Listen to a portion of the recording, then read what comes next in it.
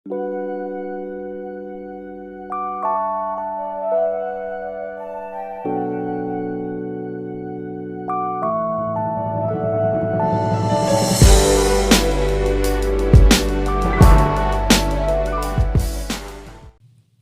racun serigala, jika terhisap maka akan membuat paru-paru hancur. Fang Han dan Bangau Putih mencoba lari untuk menyelamatkan diri.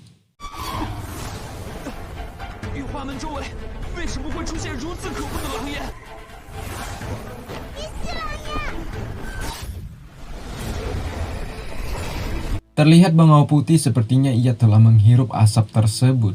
Sementara Fang Han, dirinya dibantu oleh kekuatan magis batu dan buku naga Huang Quan. Seketika hampir jatuh, untungnya Bangau Putih dapat disadarkan kembali oleh Fang Han coy. Sehingga nyawa keduanya bisa terselamatkan.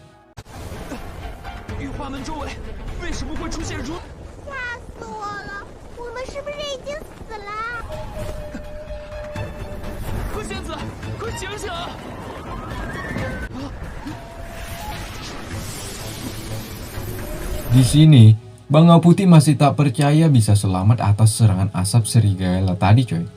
Dimana sebelumnya, orang-orang yang terkena serangannya itu dipastikan akan mati. Tapi mereka berdua nyatanya masih hidup. Ya kemungkinan ini berkat batu dan buku legendaris yang tidak diketahui oleh Bangau Putih. Bahwa Fang Han lah yang memilikinya. Rencananya Bangau Putih akan melaporkan kepada atasan bahwa serigala tujuh asap berkeliaran dari beberapa mil di sekti Yuhua. Mendengar itu tentunya membuat Fang Han mulai takut. Sebab jika itu terjadi, pasti akan diadakan pemeriksaan besar-besaran ya kan. Dengan itu juga, keberadaan buku Huang Quan akan ketahuan. Untungnya Fang Han memiliki alasan yang logis. Meminta Bangau untuk merahasiakan saja hal ini. Sebab Fang Han, yang notabene-nya sebagai kaum rendahan, membawa Bangau Putih berkeliaran terlalu jauh.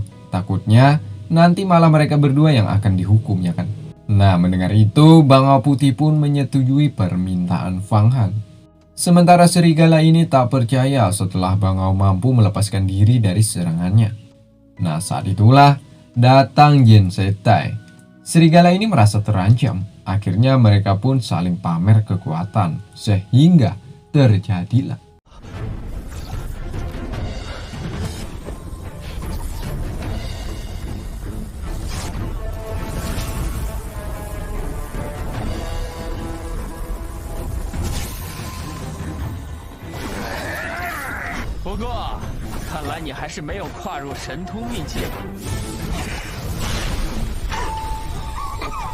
rupanya pertunjukan tadi hanya ingin mengetahui seberapa kuat sih serigala ini.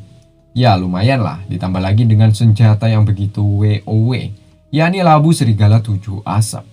Kedatangan serigala ini tentunya bukan tanpa tujuan. Jen Setai lah menyuruhnya untuk mendatangi ribuan mil ke sekitaran sekti Yuhua. Tidak lain tidak bukan yakni Jen Setai memiliki rencana jahat untuk menenggelamkan Fang Su. Meski ini adalah perbuatan haram bagi Jen Setai, sebab ia telah bersekutu dengan kelompok luar dari sekti. Tidak ada cara lain selain hal ini yang ia lakukan demi membalas perbuatan Fang Su yang telah membunuh juniornya, juga membuat malunya di hadapan orang banyak. Jen Setai mengompori lagi serigala ini coy. Ia mengatakan bahwa batu dan lukisan naga berada di tangan Fang Su. Sebab Jen Setai juga mengetahui serigala ini sangat menginginkan hal itu. Kelak, jika serigala ini berhasil merebut benda tersebut, maka rencananya akan diberi kompensasi tiada tara oleh Jen Setai. Nah, ucapan itu sudah cukup meruntuhkan iman serigala agar bisa bergabung dengan Jen Setai demi merebut batu dan lukisan legendaris. Sementara nona kecil melihat Fang Han sedang menaiki Bangau Putih dan mendarat ke sebuah tempat. Ya benar, Fang Han secara diam-diam membuka kembali isi lukisan Huang Quan. Ia masih tak percaya, atas lukisan inilah dirinya terselamatkan. Nah setelah membuka, betapa mengejutkannya. Di dalam sana ada sebuah lukisan naga yang menyerangnya barusan coy. Entah kebetulan atau memang benar nyata, lukisan ini ternyata dapat menyerap energi pusaka sihir coy. Belum selesai memandangi dan mempelajari lukisan ini, datanglah nona kecil yang secara mengejutkan. Hal itu tentunya membuat Fang Han bergegas untuk menyimpan lukisan ini agar tidak diketahui olehnya. Melihat tingkah laku Fang Han seperti tadi, membuat nona kecil curiga. Seperti ada yang Fang Han sembunyikan darinya. Fang Han mencoba mengelak sembari mencari pembahasan lain, ya kan?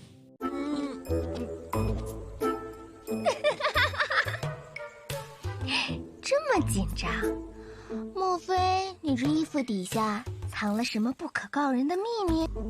你怎么总是这么神出鬼没的呀？ Singkatnya, Nona pun menceritakan sedikit kejadian sebelumnya.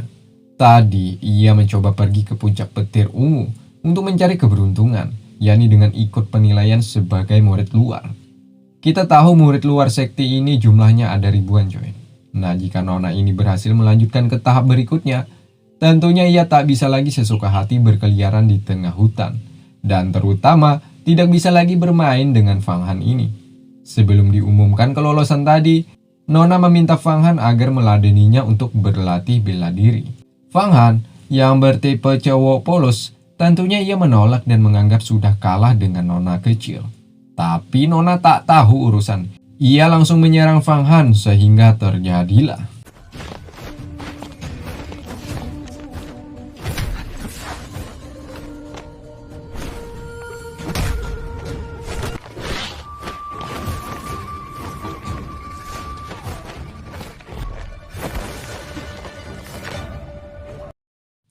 Rupanya Fang Han ini memang tipe cowok yang polos, coy. Dirinya lebih memilih lari daripada menyakiti wanita. Sehingga aksi kejar-kejaran sempat terjadi. Namun pada akhirnya Fang Han mulai kehilangan kendali sehingga ia sangat terpaksa untuk menyerang Nona ini.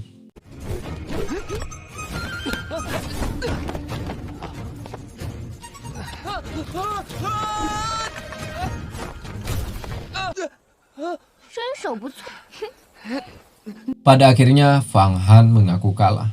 Meski begitu, Nona kecil melihat bakat yang dimiliki pemuda ini sungguhlah luar biasa. Sepertinya jarak kekuatan di antara mereka berdua hanya beda tipis, coy. Nah, meski begitu, Nona kecil ini ragu jika Fang Han tidak menggenjot lagi kekuatannya, maka Fang Han akan berisiko tidak lolos di ujian murid luar nantinya. By the way, murid luar hanyalah awal dari aliansi ini, coy. Sebab di atasnya ada murid dalam dan murid utama. Nah, terkhusus murid utama dibagi lagi toh menjadi 3, 6, dan 9 tingkat. Nona pertama alias Fang Su untuk saat ini masih berada di tingkatan 3. Jadi masih banyak pendekar katum alias tersembunyi yang belum mengeluarkan batang hidungnya. Sementara Jin Sitai, ia lolos bukan didasari skill, coy. Namun dikarenakan ada orang dalam. Ya, kita sudah melihat ya kan, Jin Sitai dikalahkan dengan mudah oleh Fang Su. Meski pada dasarnya mereka sama-sama berada di murid utama tingkat pertama. Singkatnya, Fang Han pun menggenjot latihannya demi bisa menjadi murid di sekte ini, dan yang paling utama yakni menjadi manusia terkuat di muka bumi. Pertama-tama ia melatih kecepatan. Hal itu ia lakukan dengan penuh semangat meski harus menyelam ke dasar air.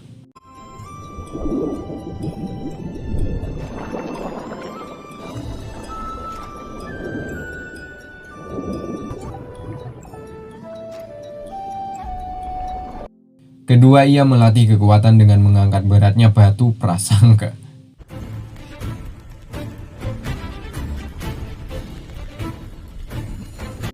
Dan yang ketiga, kelincahan. Setiap hari ia habiskan hanya untuk berlatih, dan berlatih.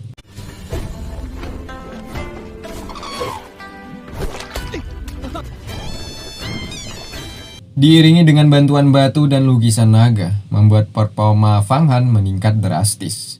Sehingga sampai detik ini, ia berada di tingkat ke-6 ranah fisik, yakni nafas.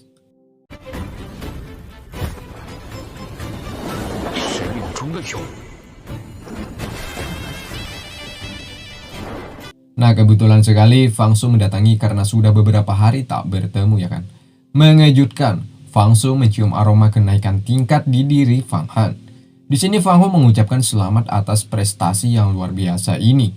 Sampai sini, Fang Su menganggap Fang Han hanyalah pemuda yang memiliki nilai juang tinggi dan keberuntungan yang besar. Namun dibalik itu semua, coy, dikarenakan ada batu dan lukisan Huang kuat. Di sini Fang Su mulai merasa bersalah. Sepertinya ia telah menyia-nyiakan bakat pemuda ini dengan menyuruh Fang Han memelihara hewan mistis. Fang Su pun berencana akan menambahkan Fang Han untuk masuk ke kelompok murid luar. Sebab masih ada satu slot lagi untuk keluarga Fang yang dapat berlatih di sana. Mendengar itu, Fang Han awalnya tidak percaya. Dirinya merasa tidak pantas berada di sana ya kan. Sebab dia awalnya hanyalah seorang budak. Tapi apa jawaban Fang Su? Di dunia ini bukan dilihat dari martabat, tapi dari kualitas. Dan Fang Han pun mendapatkan surat alias tekad untuk mencari peruntungan di puncak petir ungu nantinya.